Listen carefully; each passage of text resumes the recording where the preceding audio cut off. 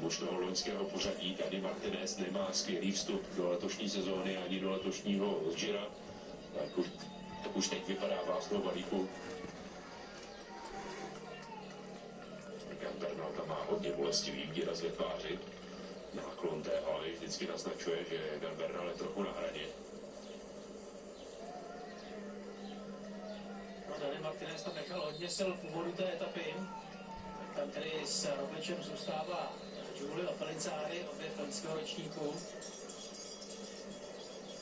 Takže tam Pidcock je hodně na konci té skupiny, zůstává tam David Gody, který dneska taky skončil na zemi, teď se tady pojede pod tlakem Rafala Majky, který má za sebou Brendana McNultyho, stále tam z UAE bude ještě Del Toro, bude tam Ayuso, pravděpodobně se tam někde ještě motá Wine.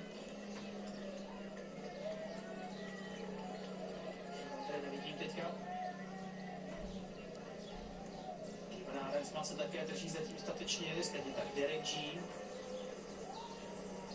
Možná tam teďka úplně na konci té skupiny zůstávají tam vleva bratři Jejcové. Tam také měli Adama Jejce, dnes jsou týmu UAE Medet, tady taky na konci.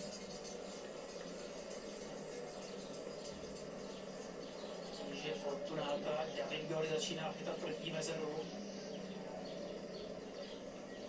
Možná také bude souviset s tím pádem a ovázanou tu pravou ruku. Lorenzo Fortunato se tam za oči snaží udržet v té skupině. Modré trikotu průběžně vedoucího závodníka vechtarské soutěže. Doufá, že by ho mohl dneska udržet. Pidcock se posouvá, Pellizzari jakoby tam nebyl Rogličem. Zajímavý posun Toma Pidcocka. Velmi rychle se dokázalo z toho plného chvostu balíku přesunout před soupeře.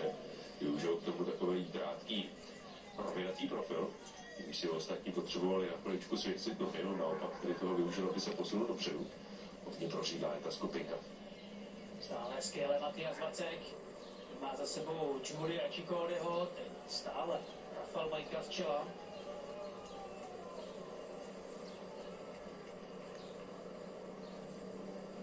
Roglič je tam takový přivřený na té levé straně. Ayuso se tam také malinko strká s Antoniem Tiberim. To bych chtěl odjet a Giulio Ciccone vyráží. 13 metrů před cílem to zkusí Giulio Ciccone, uvidíme co ostatní. A pěknou výrobiku má. Michael Stover. Životní forma provázela Michaela Stovera v té letošní sezóně. Dobře zareagoval i na Tibery, teď se jenom ohlédl Giulio Pellizzari, kde má Rogliče. Byla skvělá příležitost pro Michaela Stovera, který měl trošku mezeru za svým zadním kolem, ale rozhodnul se toho nevyužít, neplýtvat silami do těch dalších etap. Tohle prostě ještě není ta etapa, v které budou favorité celkového pořadí odkrývat úplně všechny karty.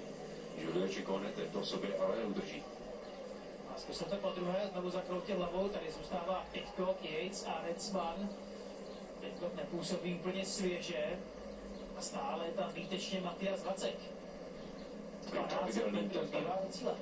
Pravidelným tempem zdoval ty prudké pasáže toho stoupání a nereagoval na nástupy Giulia Cicconeho. Tohle by mohlo dávat takovou změnu té hierarchie v týmu Lidl Trek. Že by si mohli otočit ty role, protože Giulio Ciccone pochopil, že na něj všichni zareagují. Matthias Vacek musí vydržet teď ještě.